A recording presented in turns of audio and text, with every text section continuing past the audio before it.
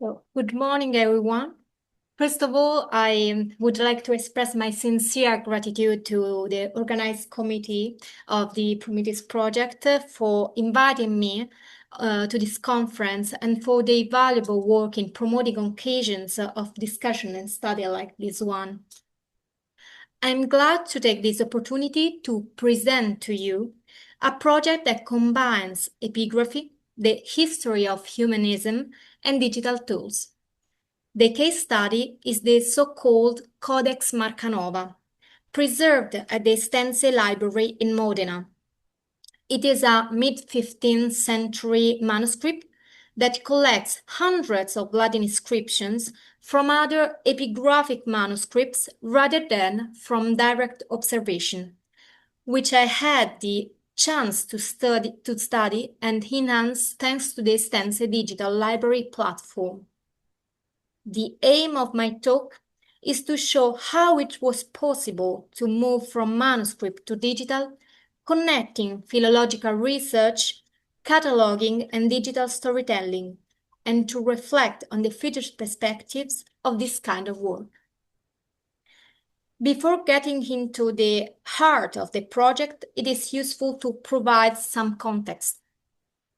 The interest in ancient inscriptions had not been completely absent even in the early Middle Ages. However, a significant increase came only with the advent of humanism and then the Renaissance. The first impulse behind the creation of epigraphic anthologies was mainly rhetorical and stylistic.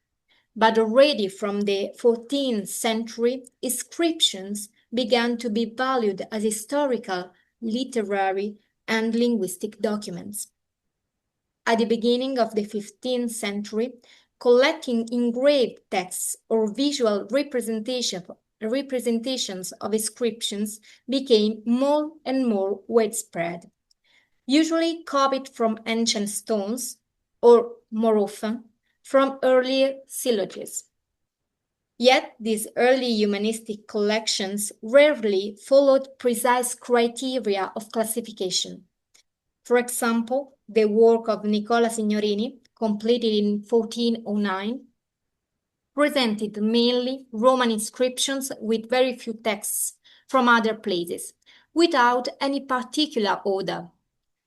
Poggio Bracciolini, during his stay in Rome, also made a small collection around 1403, later expanded, although very little of it survives today. Among the humanists without a strong antiquarian interest, we should not forget Ciriaco d'Ancona, who collected a vast corpus of Italian inscriptions, including non-monumental ones, perhaps the first to attempt such an operation. His transcriptions were often accompanied by topographical notes and indications of the support, although not systematically. And they sometimes showed approximation in line division, especially for Greek inscriptions. The debt that later editors owed to him proves the immediate diffusion of his work.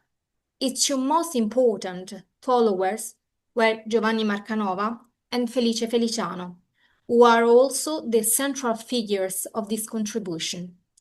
Let me give a bit more detail about Giovanni Marcanova, the author of our manuscript. He was a physician and humanist born around 1418, who dedicated an epigraphic collection called Collectio Antiquitatum to Malatesta Novello, the Lord of Cesena. Today we know at least 4 witnesses of this work. First of all, the burned manuscript called B42, dated to 1460, which preserves the first edition.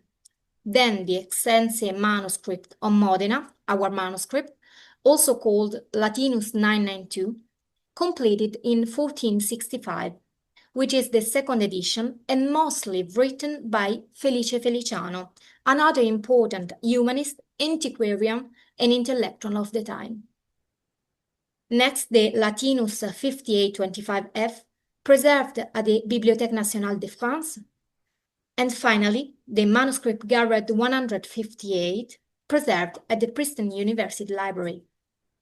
This manuscript, although different, show us the vitality of Marcanova's tradition and its success already in the 15th century as a repertory of inscriptions. They were transmitted more as texts to be read than as monuments to be represented. These inscriptions, in fact, are written almost without interruption, except for more caption you can see here in red. The layout of the text on stone is rarely respected, and there is almost always no material representation of the inscriptions. One is therefore faced with a wall of text designed to be read, and in the following we will analyze more closely how this is carried out. So this is not only a collection of epigraphs, but also an important testimony of how humanism re-elaborated the ancient heritage. The Codex contains hundreds of transcriptions, but for reason of feasibility, I decided to focus on one section. In fact, the work is divided into sections based on the city, and I shows the urban sections with 377 inscriptions from Rome. The first phase of the work was to delimit the corpus, followed by a precise identification and comparison with digital epigraphic databases, such as EDR, EDB, and EDF. But not all the inscriptions were already included in these online databases. So for 46 of them, I created entries and inserted them in EDR myself, while in other cases, I had to consult other specialists. The first difficulties were encountered precisely in the identification work of the inscriptions. The main problems were the quality of the transcriptions, sometimes approximate, like in this case, sometimes a mix of different inscriptions. Often contextual elements are missing, and when supports are represented, they are imaginary. Let me give you the example of the transcription of CIL 106167, this one, which you can see on the screen, and that is an inscription now lost, which should have been engraved on a base. In the manuscript is drawn on an amphora instead.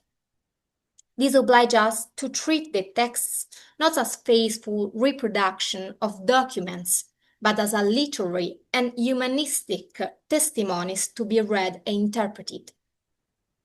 After this necessary preliminary phase, the real step forward was possible thanks to IIIF technology, International Image Interoperability Framework, which allows us to view, annotate, and manipulate images in very high definition.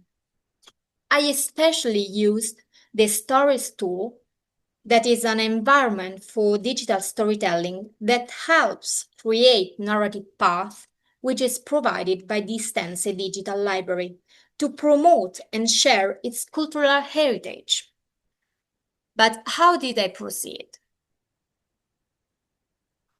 First of all, for each page of the manuscript, I zoomed in on the part dedicated to one inscription, creating a scrolling effect. I prepared a video, but I think it doesn't work here. Maybe I can go on the website directly. Let's wait for Alexandra. Now, just stop sharing for a moment. Okay.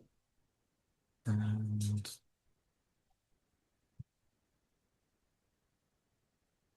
you can, your website will be shown.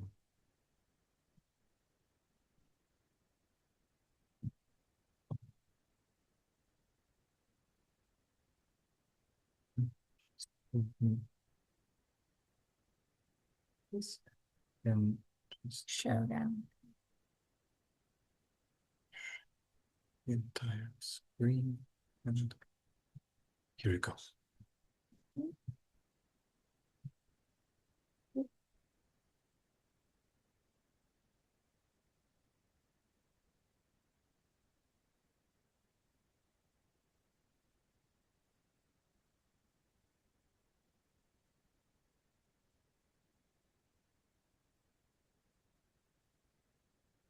So here the Zoom tool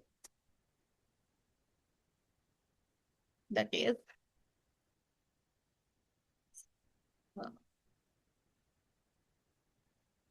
to go again in the Return to the presentation. sorry. Okay, here. So this is the Zoom tool, and then I progressively number the epigraphs. No. Progressively number the epigraphs with annotations to make references easier so that I can refer to them in case of cross-references or when the description takes more than one page. Finally, next to the image, I added the folio number here, the number of the epigraph with the original caption of the codex, Marcanova's transcription, a critical transcription with the CIL number, and a link to the digital databases for more bibliography. In this way, the manuscript speaks directly with modern tools for consultation and research.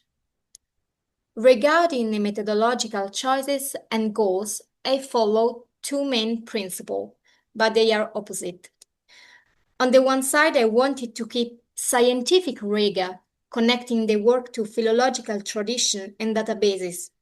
On the other side, my aim was to guarantee clarity and accessibility also for non-specialist audience, such as enthusiasts or teachers who could use this material in education. For this reason, next to normalized critical transcriptions, I introduced graphic signs to make comparison with the manuscript easier. For example, a single dash for line breaks, you can see underlined in blue, or a double dash to show the rare attempt of the author to reproduce the stone text exactly. You can see here underlined in yellow. This kind of signs seemed more intuitive to a general audience than the traditional diacritical marks that I maintain in the critical transcription below. So in this way, the work produced a complete catalog of the descriptions of the urban section, the integration of new texts into international databases, and the creation of digital paths available through the extensive digital library.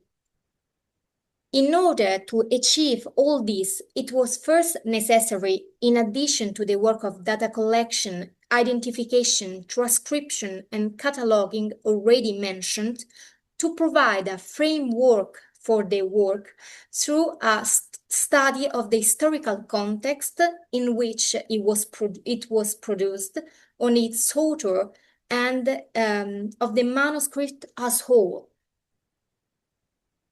However, many questions remain open, above all concerning the context of the composition of the work, in particular with regard to the sources used by Marcanova and the role, maybe more important than we think, of Felice Feliciano in the making of the collection. More specifically, not only in how the work was written, but also in how it was conceived. Indeed, Felice Feliciano worked on his own collection in the same years in which he transcribed the Codex Marcanova, and it seems difficult to determine which of the two collections influences the other. Moreover, it was the hand that more than anyone copied the works of Ciriaco d'Ancona, the main source of our manuscript. One also hopes to continue the work started here, and to give answer to these questions that still have no answer. In conclusion, this project shows how the dialogue between manuscript tradition, epigraphy, and digital tools can create not only new forms of research, but also new ways of telling the ancient heritage. The Codex Marcanova, once a 15th century collection closed in a library, becomes today an open laboratory where scholars and the public can enter, explore, and question the descriptions of Rome.